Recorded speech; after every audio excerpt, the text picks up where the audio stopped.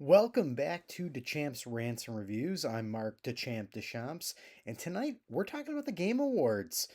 Jeff Keighley's latest show happened tonight as I'm recording this, and it's over. It just came to an end. The over 3 hour production has come to an end, and we're here. We're gonna recap some of the big announcements. I'm gonna share some of my thoughts. About what was on display and the show overall. So if you happen to miss last night's show, or if you just want to hear, some thoughts, that's what I'm here. That's what I'm going to be talking about today. So as far as Keeley shows go, I thought this was on the better side. If you've ever watched any Jeff Keeley show, whether it be Summer Game Fest or the Game Awards, you kind of go in knowing what to expect with this sort of thing. It's going to be pretty long. There's going to be some really big highlights, and then there's going to be some games you're not going to see for several years. Um, there's going to be a lull for a while because it's a 3+ hour show, and then it ends. So that's kind of what we got today. But the highs were high, I thought, this year, which was kind of cool. There were some big game announcements. And one thing I do have to say, to Jeff Keighley's credit and to everybody else involved with the Game Awards this year, um, there were a lot of games that are coming out next year in 2026, which is nice. It was a nice change of pace for the Game Awards. I feel like so many of these shows, it's here's a game that's coming out, question mark. And that's kind of gotten to be a big problem for not just the Game Awards, but for the industry in general. It's hard to get excited about games that you don't know if are ever actually going to happen. Notoriously, this year we had a Wonder Woman game that had been announced at the Game Awards, and WB Games hadn't talked about it for a really long time, and then it just got canceled.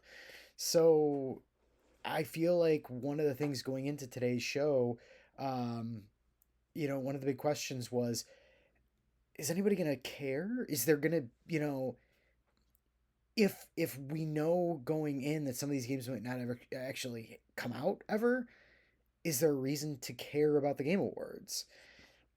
And I think it's a legitimate question.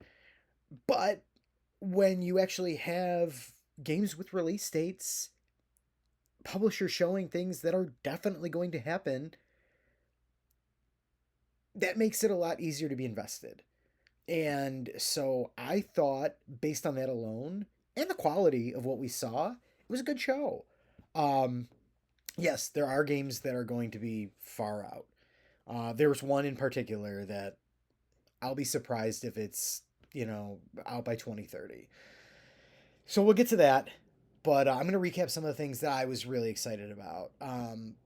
The big winner of the show was Claire Obscure Expedition 33. I haven't had a chance to play it. Everybody's raved about it. I kind of went in knowing it was going to sweep. It did really well. It cleaned up, won a bunch of awards, Game of the Year. But besides Claire Obscure, which, again, going in, we knew it was going to be one of the big winners. I thought that the publisher that killed this year was Capcom. I'm a big Capcom guy. Capcom is probably, if I'm gonna rank my favorite video game publishers, I'd probably list them at number three. Nintendo's my number one. Sega probably has my number two position, and then Capcom. But it's close. It's close between Capcom and Sega. I grew up with Capcom's Disney games: DuckTales, Darkwing Duck, Rescue Rangers. I wasn't a big Mega Man guy, but Mega Man's cool. But I'm a huge Resident Evil fan, and it was a good show for Resident Evil fans. Resident Evil Requiem, easily one of my most anticipated games of 2026. It looks stellar. They showed it off today. We finally got confirmation of Leon S. Kennedy coming back, which was like the worst kept secret on the planet. Everybody knew he was going to be like the secondary protagonist of this game. We got to see him in action. He looked cool. Leon always looks cool. He's a little bit older because, a lot of time has passed from, Resident Evil 2 and Resident Evil 4 to Resident Evil Requiem, which is 9. But I think it looks stellar. I'm excited for it. It's coming out very soon. I mean, it's February, so like it's going to be out before you know it. Hopefully, they nail this one. I feel like I'm seeing some concern that it's gonna be like Resident Evil 6, which everybody knows is like the least well regarded game in the series. Um, I don't know. We'll see what happens, but I'm excited. I think it looks great, and I love that it's coming to Switch 2. My Switch 2, one of my favorite systems. I have a PS5 and Xbox Series X, but anytime I can have something portable, it's great, especially as a parent. Like, it's really hard to sit in front of a console and a TV for several hours when you have two kids.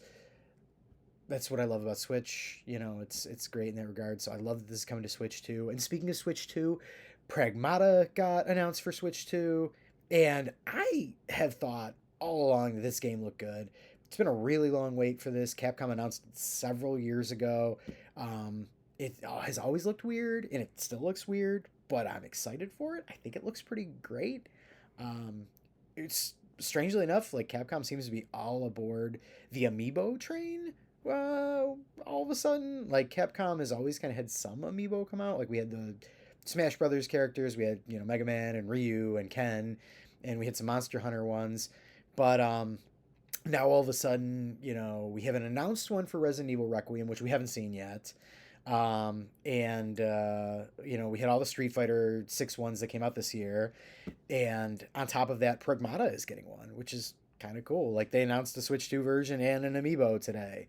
So the amiibo wasn't announced in the Game Awards. It was one of those things that like got announced via press release immediately after the trailer. So if you didn't catch that in the stream, there's a reason for it. But it does kind of look cool. So, if you're an amiibo collector like I am, that's cool. That's awesome. I love that this line of figures is still going. Even after all the Toys to Life craze has basically died. On top of that, I've been talking about Capcom for a long time, but Capcom had a lot to show. We got a new Mega Man game coming out, which is amazing. Fans have been begging for it. That is one of the longer term announcements today. It's not going to be coming out till 2027. Capcom's got a big 2026, so I guess it kind of makes sense that, that's not till, the following year. But Mega Man fans can finally breathe a sigh of relief. Capcom has been saying for several years now, it's coming. We're happening. We're doing Mega Man. We haven't forgotten him. We know he's one of our stable characters. And it's finally happening. So that's wonderful news. I'm happy for all the big Mega Man fans out there. I know, like, I saw my timeline on social media explode as soon as that announcement got made. So I thought that was great. I thought it could have been one of the closer announcements today, and I think it would have been better than the closer announcement. Keeley is really bad at picking games to be like the closer announcement for the Game Awards. I remember a few years ago they did like a Fast and the Furious game. No one talks about. I bet no one has actually played that Fast and the Furious game, and it was like the closer, if I remember correctly, from a few years ago. So yeah, he's not the best at like picking like games to like end on, but it is what it is. But Mega Man was solid. On top of all of that, if that's not enough Capcom announcements, we got to see like the first teaser for the Street Fighter movie, and it looks ludicrous, but kind of in a good way. Like Street Fighter is a ridiculous franchise. Like let's be real. Like the characters are very colorful. The franchise realistically started in the 90s. Like yes, the first Street Fighter was in the 80s, but Street Fighter 2 was in the 90s, and like they're very like 90s coded designs, and it's really cool that like the designs feel authentic in the movie. Like they didn't like try to like movie them up. Like they look realistic. Like they look accurate, I guess is the term, to the video games. So like that's kind of cool. I feel like the cast, because they had the whole cast come out on stage. In case you didn't watch the Game Awards tonight, they had the whole cast come out on stage. Like every single like character that's pulled from the games came out on stage, and I'm pretty sure they were drinking before they got out there because it was kind of a scene. Um, yeah, Street Fighter movie coming out next year. I don't know. This is the third attempt to do a Street Fighter live action movie. the first one everybody considers like, a cheesy, beloved film, and then the second one everybody just hates. So I'm really interested to see if they can nail this one. I don't know, we'll see. But it was fun. It was a fun announcement. I'm a huge Star Wars fan, moving away from Capcom, and there were two big Star Wars announcements tonight, which is awesome. The first one is like the biggest announcement of the show, or at least one of the biggest announcements of the Game Awards. We have Fate of the Old Republic, which is the like basically like a it's not a third Knights of the Old Republic because the if you're a Star Wars fan, they made two Star Wars KOTOR games, but they are non-canon now. Like those are not considered part of the Star Wars canon the way that they used to be. So like it's kind of hard to call like Fate of the Old Republic like a third game in the series, but it kind of is. Like it's got the original director back, which is really exciting. The cinematic trailer was great, but and this is a big but there was no hint of a release date, and like they are they are very clearly hiring for roles. Like if you go on the company's website, the developer's website, they have like 10 major roles, I think, as of this recording, that they're hiring for, which very much leads me to believe that like we're looking at like 2030 probably, maybe if we're lucky 2028, 2029. So that's like one of those things where it's like, oh,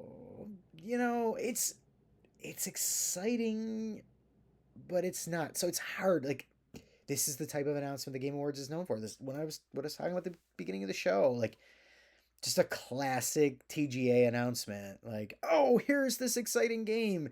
Who knows when you're gonna get to play it? But it's announced. It's happening theoretically until it gets canceled. So that's kind of a bummer. But we'll see. That's definitely one to keep an eye on. Let's hope for the best. The Knights of the Old Republic, the first game and the sequel, they're both considered two of the most beloved games of all time. James Gunn once called Guardians of the Galaxy and Superman director once called the original Knights of the Old Republic one of his favorite, like I think his absolute favorite piece of Star Wars media ever, which is high praise for anybody that's a Star Wars fan to say. Um, so you're gonna have time to play those two games if you haven't before you get to the third one. And the great thing about them is they are very readily available. Like you can find them on Switch if you need to. And I think Switch and Xbox. I think PlayStation for some weird reason does not have either of them, but I believe that they're both on like Switch and Xbox. So you got time because it's gonna be a while. The other thing that was announced was a Star Wars racer game. So, full disclosure, I love like I'm a big Star Wars Episode 1 fan. I'm like one of the few people on the planet that actually likes Star Wars Episode 1. I know, everybody hates Star Wars Episode 1, but I like Star Wars Episode 1. And a lot of that is the pod racer. Like the pod racer scene is one of the best scenes in any Star Wars movie. I don't care that and Duel of the Fates, two of like the greatest scenes of all Star Wars. So like you can hate everything else in Episode 1, and I know most people do. Those two scenes were mind blowing to me when I saw them in theaters. So like I am very excited for a follow up to the two Star Wars Racer games. So we had when Episode 1 came out, we had Episode 1 Racer, which was originally on N64 and then PC. And then there was like a PS2 only sequel, Racer Revenge, which is actually on PS4 now and you can play it and it's really good. But there's a new Star Wars Racer game and they're not calling it like a pod racing game. Like some of the vehicle designs are not quite pod racers, but like it looks like Sabalba might be back, like Anakin Skywalker's rival in rival racer in the movie and in Star Wars Episode 1 Racer the game. That or it's just a Doug that happens to look a lot like Sabalba. I mean it's a Star Wars race. um that's exciting to me, and it's coming next year, so PS5 and Xbox Series X, so that's exciting. that's one I'll be all in for because, like I said, big Star Wars racing fan. Like that's I'm all about that. And it looks like the narrative is going to actually like be a thing. Like there will be some story to it, which is really really exciting.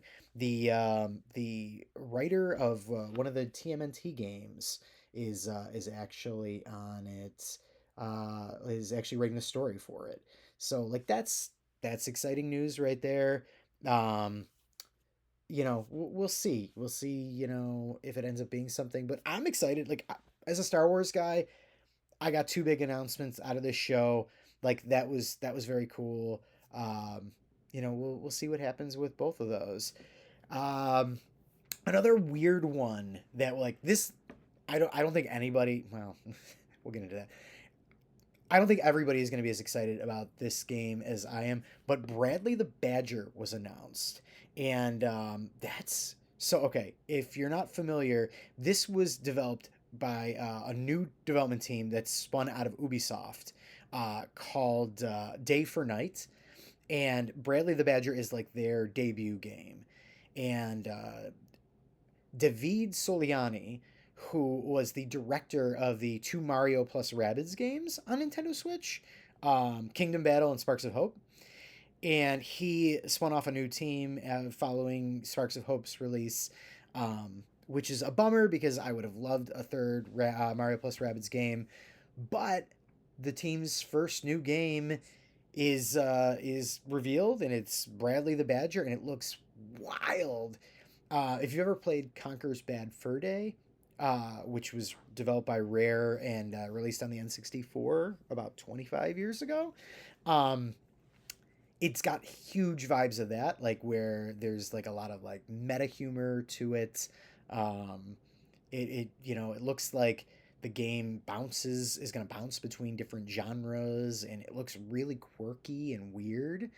That has me excited. And speaking of Rare, Grant Kirkhope, who worked for Rare forever and did the soundtracks for Banjo Kazooie, Banjo Tooie, Donkey Kong 64, and for Ubisoft, the Mario plus Rabbids games. He is the official composer for Day for Night. So while we didn't really get to hear a lot of the music for this Bradley the Badger game, if you're a fan of Grant Kirkhope, or if you're a fan of David Soliani, I'm a fan of both. That game looks exciting. I think it looks cool. It's really weird, and like you know what, we need more weird games. Like the game industry can get real serious sometimes. Like we get like a lot of like I don't know like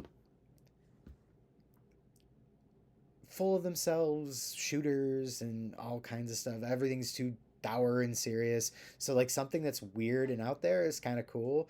I will warn you, if you're looking up this game on social media,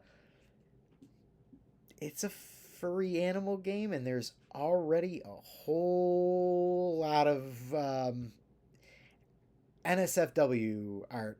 Like this game was announced tonight, and like an hour after the announcement, not my timeline, but like I searched to talk about the game, and like just boom, boom, boom, boom, boom, boom, boom, like all different art that yeah, and this was announced today, so I feel like we're gonna see a lot of that.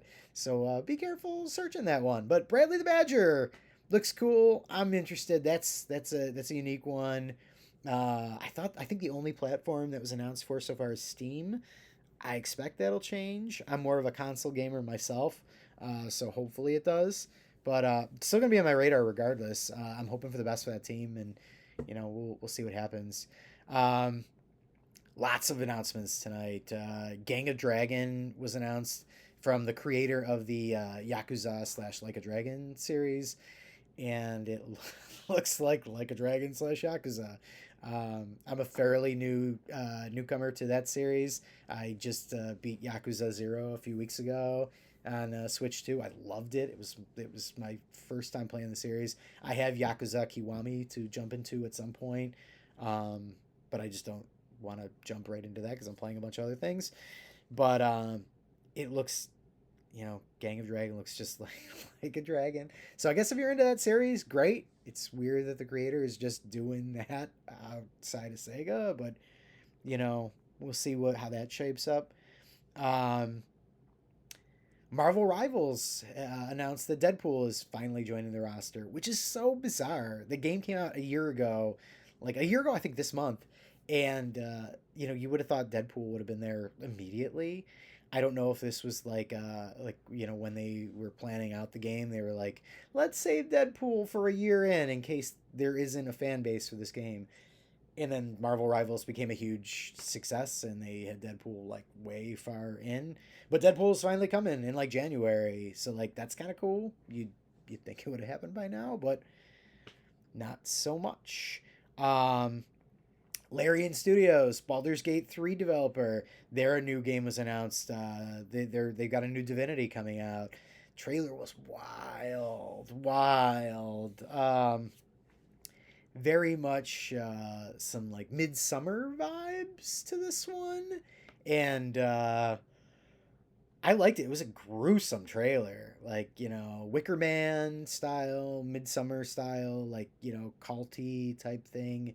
um Admittedly, like I'm not a Dungeons and Dragons guy, so like Baldur's Gate 3, like I had no interest in, and like I know everybody loved it. I know Larian got like so many accolades for it, um but just didn't appeal to me. I didn't even play it. I'm not gonna lie. Like I'm not gonna tell you I played something and didn't play it.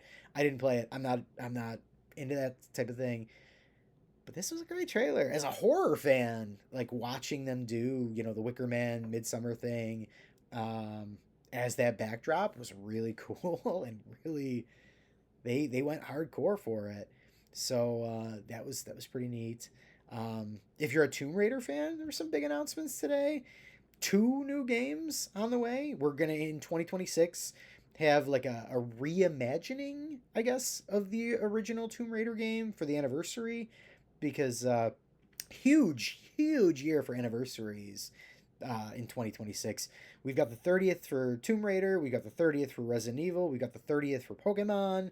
So it's like a huge anniversary year for like franchises.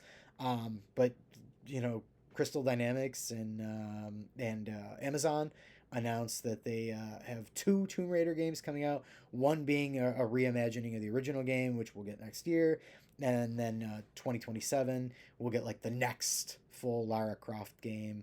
Kind of hard to gauge, on what they showed, um, what to expect from either of these. You know, Lara Croft's games of the last few years have, been good. Like, everything that's been done with the character, has been good. It's been a while, but hopefully they can kind of keep that quality, in check. So I don't know. Hard to call from there. Um, Super Mario Galaxy new teaser was shown. I'm super excited for this movie. I loved the first Super Mario Brothers movie. I love Super Mario Galaxy. It's one of my favorite Mario games ever. I loved the first trailer when we saw it, and then they were like, "Oh, a new teaser," and it's like 5 seconds, like in addition to like what we got before, and it's just Luigi, kneeing, Bowser Jr. in the face. So kind of a dud. If you're a Nintendo fan, it was like a weird night because we got some third party announcements, we got some awards. Nintendo got Best Family Game for Donkey Kong Bonanza, which, like, listen, I love Donkey Kong Bonanza. That award is kind of a joke. It's like, Nintendo, you're not getting Game of the Year. So here's like your consolation prize. Um, but I'm glad Donkey Kong Bonanza won something. It is one of my favorite games of the year. So, it's like a weird kind of award type thing. Like, cool, I guess. And Mario Kart World won Best Racer, which some people are on the fence on. Some people really like Sonic Racing Cross Worlds. I like Mario Kart World a lot. I really did. Um, I'm eager to see some DLC, some extra content for that game. But I really enjoyed Mario Kart World, so I'm happy with both of those games getting awards. But just a handful of third party announcements if you're a Nintendo fan, a Switch 2 fan. There was kind of like a cool little like montage of different games coming to Switch 2 next year, and it had Resident Evil Requiem and Final Fantasy VII remake Intergrade.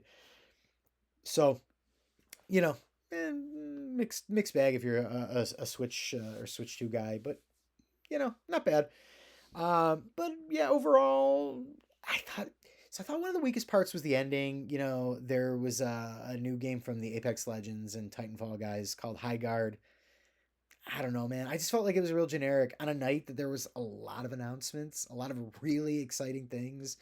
Resident Evil looking great, new Mega Man, third KOTOR, Divinity, and all these different things, and you end on this, team-based shooter type thing.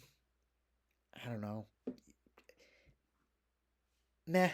Yeah, that's all I can say is meh.